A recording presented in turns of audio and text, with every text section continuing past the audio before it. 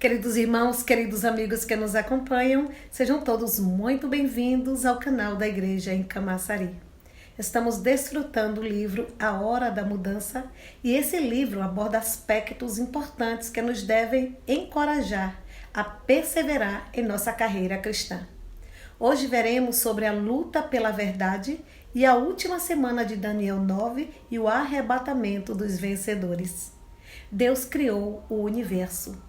Antes de todas as coisas serem criadas, não havia mais nada além dele. Deus é a fonte e a origem de toda a criação. Lúcifer foi um dos arcanjos criados por Deus. Como a estrela da manhã, ele foi criado de modo perfeito, como está escrito em Isaías capítulo 14, versículo 12 e Ezequiel capítulo 28, do versículo 12 ao 15, parte A. Contudo, achou-se iniquidade nele, pois o orgulho tomou conta de seu coração, fazendo com que se rebelasse contra Deus. A partir de então, Lúcifer tornou-se o adversário de Deus, Satanás. Em sua rebelião, ele influenciou a terça parte dos anjos e os seres que habitavam a terra antes de Adão. Deus então julgou a todos. Satanás foi lançado para a terra, tornando-se o príncipe deste mundo. Os anjos rebeldes estão nos ares e se tornaram os principados e as potestades. E os seres pré-adâmicos se tornaram os demônios, pois perderam seus corpos e seus espíritos foram aprisionados nas águas do julgamento nos mares. Desse modo, surgiu o exército da mentira, também chamado de Império das Trevas, composto por seu líder, o príncipe deste mundo e pai da mentira, e seus auxiliares, os principados, as potestades e os demônios. No decorrer do Evangelho de João, vemos que Satanás, como pai da mentira, não se firma na verdade. Querido ouvinte, não caia nas mentiras do inimigo, pois elas trazem consequências que nos levam para longe da realidade de Deus. Se a palavra da verdade chegou até você, mantenha-se firme nela, por meio da fé que o Senhor lhe concedeu. Deus, mediante a morte de seu Filho, nos deu vida.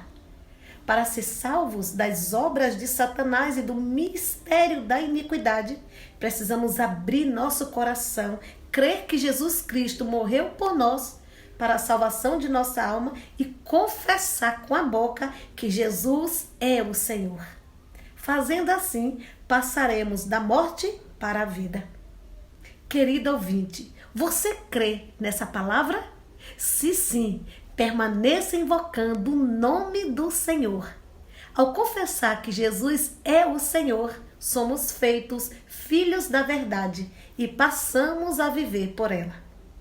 Por esse motivo, Deus nos trouxe para a igreja e por ser membros dela, somos parte da coluna e base da verdade. Hoje, a igreja luta juntamente com o Senhor contra esse exército da mentira. De acordo com a profecia das 70 semanas determinadas sobre o povo de Israel, no capítulo 9 de Daniel, cremos que Deus interrompeu a contagem do tempo quando Cristo foi crucificado. Assim, começou a era da igreja, a era da graça. Esse é o período em que a igreja foi gerada e está sendo edificada. São poucos os que têm essa percepção. Houve uma fase em que a igreja podia ser comparada a um grão de mostarda, uma hortaliça comum de pequeno porte. Depois se tornou uma grande árvore, engrandecendo-se e ganhando força política, econômica e autoridade secular. Nós podemos conferir isso no livro de Mateus, capítulo 13, versículos 31 e 32. A igreja, porém, não deve ter envolvimento com as coisas deste mundo, nem buscar reconhecimento algum.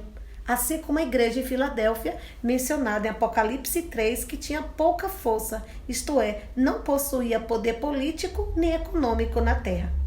Contudo, é essa igreja, composta de vencedores, que trará o Senhor de volta. Aleluia!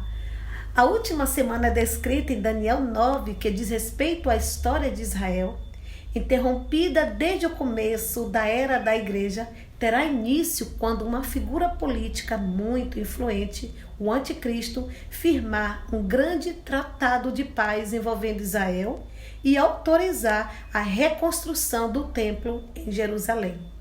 Contudo, no meio dessa semana, após os primeiros 3 anos e meio, esse acordo será quebrado.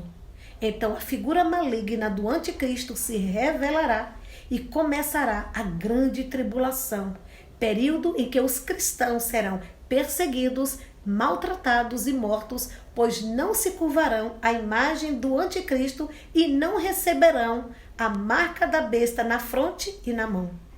Porém, devemos atentar para o arrebatamento dos vencedores no final desta era, que ocorrerá antes do início da grande tribulação.